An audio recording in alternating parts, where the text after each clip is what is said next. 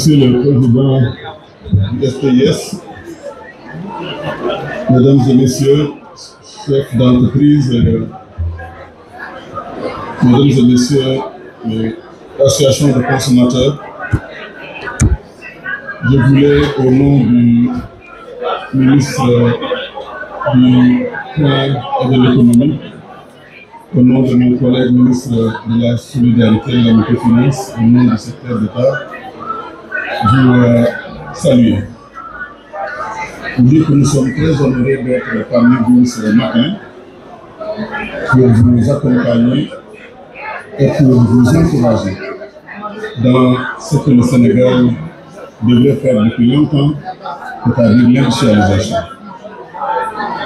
En ma qualité de ministre de l'Industrie et du Commerce, je voulais vous dire toute ma joie d'être présent parmi vous, mais surtout aujourd'hui de vous féliciter pour cette belle cérémonie d'exposition de vos produits, de votre savoir-faire, mais aussi de votre innovation. Je dois dire que, en tant que ministre de l'Industrie, c'est la première fois que je participe évidemment à cette cérémonie. Ceux qui me connaissent savent que j'ai fait toute ma carrière dans l'industrie, à travers l'Europe, l'Amérique et l'Afrique.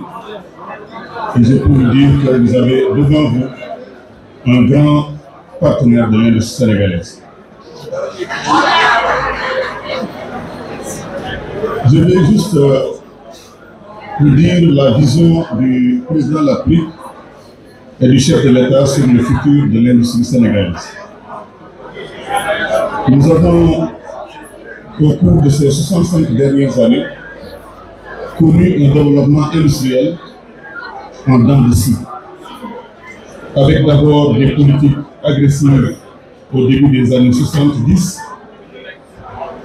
qui finalement n'ont pas réussi et qui ont abouti malheureusement à la fermeture de beaucoup d'industries. Je veux citer Sofiba Saint-Patrick, je veux citer Icotaf, je veux citer également les prix Hellesens, je veux citer une quarantaine d'industries qui ont été fermées pendant cette période. Puis nous avons eu beaucoup de projets d'investissement encore dans l'industrie qui malheureusement n'ont pas tous réussi. Et aujourd'hui, nous sommes dans une nouvelle ère de réflexion. Cette réflexion et ce diagnostic nous oblige à constater que l'industrie sénégalaise est loin d'atteindre tout son potentiel. Nous avons 46 départements aujourd'hui, une dizaine, 14 régions et 557 communes. Et l'une des faiblesses de notre industrie, c'est qu'elle est d'abord concentrée au niveau de Dakar. Dakar, la région de Dakar qui constitue 0,28% du territoire sénégalais, mais qui accueille par contre 80% de notre industrie, qui accueille en même temps 4 millions de Sénégalais. C'est dire que le reste du Sénégal, justement, connaît ce qu'on appelle un désert industriel. Il est donc temps pour nous, dans le cadre de notre projet de développement économique et social du Sénégal, de penser à ce qu'on appelle la relance de l'industrie sénégalaise et la réforme de l'industrie sénégalaise. Je vous amener à examiner un plan marketing international qui va s'appeler le label Sénégal.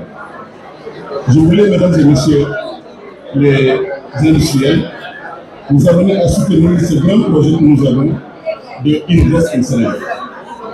L'État sénégalais va, dans les prochains mois, entamer une tournée nationale et internationale pour promouvoir le label d'investir. Investir dans les régions d'abord, dans les 8 régions du projet, investir dans les 14 régions administratives du Sénégal à travers des zones industrielles et des agricoles, investir dans les 46 départements du Sénégal. Cela veut dire tout simplement que nous allons ensemble réfléchir sur un projet de relance industrielle avec sa composante économique, sa composante fiscale sa composante légale, sa composante financière. Et c'est justement pour cette raison que nous allons vous inviter, dès le mois de septembre, à ce qu'on appelle les assises de l'industrie sénégalaise, les assises du commerce sénégalais.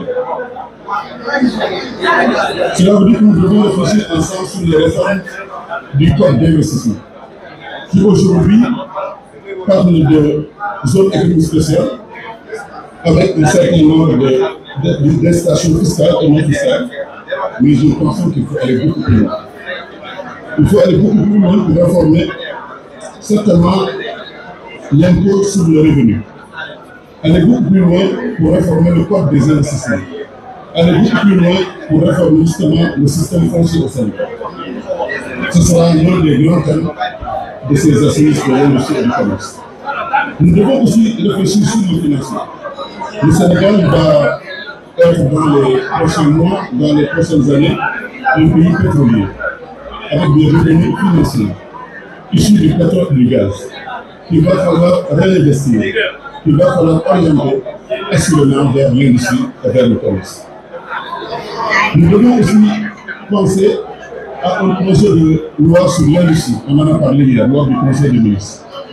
Le président de la République, Bassirou Diomaye Faye, a beaucoup insisté sur l'industrie comme le moteur du développement économique et financier, mais également du développement de nos terroirs.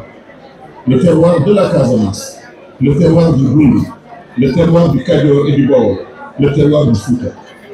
Il va falloir, chers amis de l'industrie, se préparer à nous proposer des plans d'investissement à Touba, à Tuaon, à Saint-Louis, mais également à Ziguinchor, à Podor et dans toutes les régions du Sénégal. Ce plan sera accompagné de la part de l'État de politiques incitatives pour accompagner toutes les entreprises qui vont bien nous accompagner pour développer leur vie dans la vallée du fleuve Sénégal, l'industrie de la viande dans le ferlo, mais également l'industrie de la mangue, de la crevette en Casamance. Bref, l'industrie de l'arachide dans le Sénégal oriental et effectivement dans la vallée, dans le Sine-Saloum. Nous devons aussi réfléchir à réduire les coûts de l'énergie. Nous savons aujourd'hui que le coût de l'électricité représente une part importante dans vos charges de production. Nous avons baissé le coût de l'électricité après notre politique justement de gaz pétrolier. Nous allons également avec vous réfléchir sur ce qu'on appelle les assises du commerce. Parce que la raison pour laquelle le gouvernement sénégalais a mis sous le seul ministre l'industrie et le commerce, en réalité, c'est pour nous protéger.